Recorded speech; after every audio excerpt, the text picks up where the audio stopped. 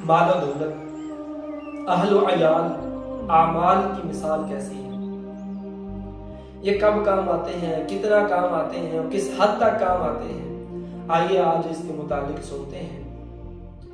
حضرت نبی کریم رؤوف الرحیم صلی اللہ تعالی علیہ وآلہ وسلم نے صحابہ کرام رضوان سے ارشاد فرمایا کہ کیا تم جانتے ہو کہ تمہارے اہل و عیال کی، مال و دولت کی اور اعمال کی مثال کیسی ہے؟ تو صحابہ کرام رضوان نے عرض کیا کہ یا رسول اللہ اور اس کے رسول ہی بہتر جانتے ہیں، اللہ اعلم و رسولہ، کہ اللہ اور اس کا رسول ہی بہتر جانتے ہیں۔ تو نبی کریم رؤوف الرحیم صلی اللہ تعالی علیہ وآلہ وسلم نے ارشاد فرمایا تو سنو پھر، تمہارے مال و دولت، تمہارے اہل و عیال اور اعمال کی مثال ایسے ہے جیسے ایک شخص ہے، اس کے 3 بھائی ہیں اور اس کا موت کا وقت قریب آ گیا، وہ مرنے کے قریب تک پہنچ گیا، وہ بستر مرگ پر چلا گیا، اب موت اس سے ملنے والی ہے، دنیا سے وہ جانے والا ہے، روح اس کی جسم سے جدا ہونے والی ہے۔ اب وہ تینوں بھائیوں سے باری باری پوچھے گا، دیکھو اب تم میری حالت تو جانتے ہو، میں بستر مرگ پر ہوں، اب میں مرنے والا ہوں، اب میرے پاس تو کچھ نہیں رہا، اب میں دنیا سے جانے والا ہوں، اب تم بتاؤ تم میرے ساتھ کیا کرو گے، تم میرے ساتھ کیا کر سکتے ہو اس حالت میں؟ تو ان میں سے ایک بولے گا، کہے گا دیکھ تو ہے دنیا سے جانے والا، اب تو میں تمہارا اس وقت تک تمہارے ساتھ دوں گا جب تک تم زندہ ہو، جو ہی تم دنیا سے رخصت ہوگے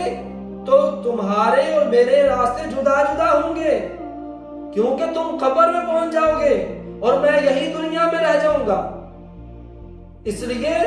جیسے ہی تم مر جاؤ گے تمہارا میرا تعلق ختم، بس میرا اور تمہارا تعلق، میرا اور تمہارا رشتہ تمہاری زندگی تک ہے، جیسے ہی تم موت کا ذائقہ چکھ لو گے، مر جاؤ گے، تمہارا میرا رشتہ ختم۔ تو نبی کریم صلی اللہ تعالی وسلم نے فرمایا تمہارا اس کے بارے میں، اس بھائی کے بارے میں کیا خیال ہے؟ تو صحابہ کرام رضوان نے عرض کیا کہ یا رسول اللہ یہ تو بہت برا ہے، اسے بھی اچھا نہیں، ہم اسے بھی اچھا نہیں سمجھتے، یہ تو اچھا ہے ہی نہیں، یہ تو اس کا بے وفائی کر رہا ہے، جیسے وہ مر رہا ہے، اس کا ساتھ چھوڑ رہا ہے۔ تو نبی کریم صلی اللہ علیہ وسلم نے ارشاد فرمایا کہ یہ اس کا مال ہے۔ اللہ، پھر نبی کریم صلی اللہ علیہ وسلم نے ارشاد فرمایا کہ اس نے اپنے دوسرے بھائی سے پوچھا، دیکھ تو نے میرے اس بھائی کا جواب سن لیا،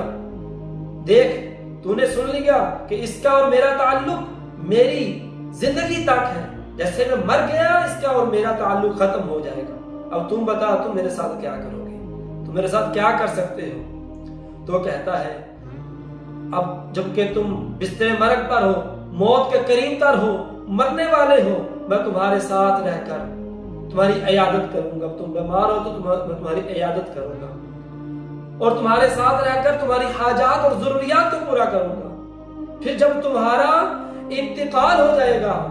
تمہاری روح اور جسم جدا جدا ہو جائیں گے، جب تم مر جاؤ گے، جب تم فوت ہو جاؤ گے تو میں تمہیں غسل دے کر کفن پہناؤں گا اور لوگوں کے ساتھ مل کر تمہارا جنازہ اٹھاؤں گا کہ کبھی میں کندھا دوں گا اور کبھی کوئی دوسرا شخص کندھا دے، جب میں تمہیں دفن کر کے واپس آؤں تو جو کوئی تمہارے بارے میں مجھ سے سوال کرے میں اس کے سامنے تمہاری بھلائی ہی بیان کروں گا، اور اس کے بعد میں کیا کر سکتا ہوں؟ دعا اور اس کے بعد میرا تمہارا تعلق نہیں میں نبھا پاؤں گا، کچھ وقت تک تمہیں یاد رکھوں گا،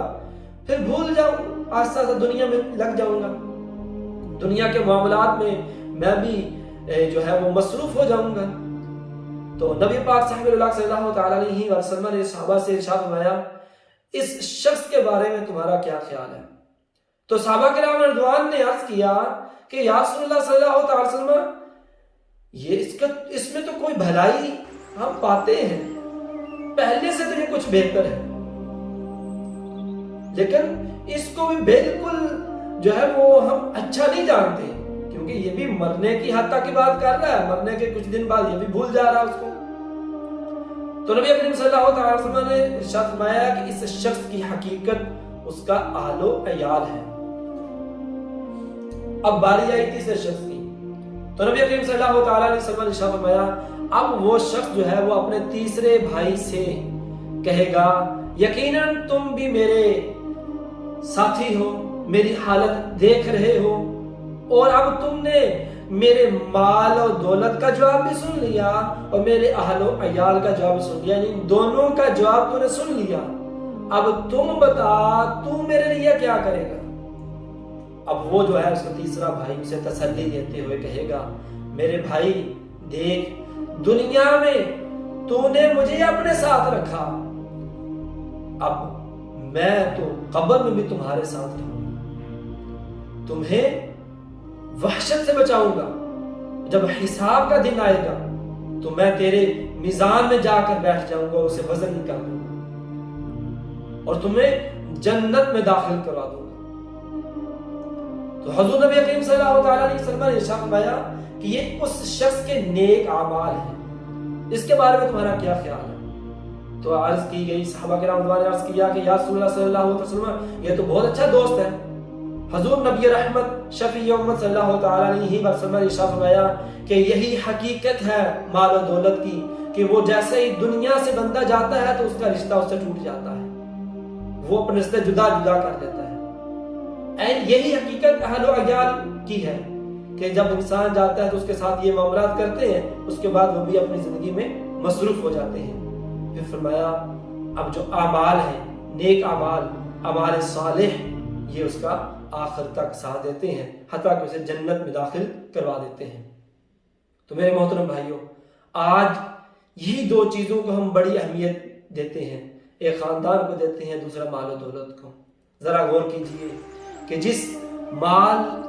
جس اہل و عیال، جس خاندان کے بال بوتے پر انسان پھولے نہیں سماتا، اچھے خاندان سے تعلق ہونے کی بنا پر وہ فخر و غرور کرتا ہے، جس خاندان کے لیے انسان ساری زندگی دولت کمانے کے لیے اپنی زندگی داؤ پر لگا دیتا ہے، جس خاندان کے لیے انسان تکلیفیں اور مصیبتیں اٹھاتا ہے، جس خاندان کی خاطر لوگوں کے طعنے برداشت کرتا ہے، جس خاندان کی خاطر جو ہے وہ اپنی زندگی کو بے آرام کر دیتا ہے، جس خاندان کی خاطر سردی اور گرمی کو برداشت کرتا ہے، جس خاندان کے مستقبل کو بنانے کے لیے وہ اپنا مستقبل داؤ پر لگا دیتا ہے، وہ صرف قبرستان تک ساتھ دیں گے یا کچھ دن ساتھ۔ اور دوسرا وہ مال جس سے انسان بڑی محبت کرتا ہے، وہ مال جسے دنیا میں بڑا سنبھال کر رکھتا ہے، وہ مال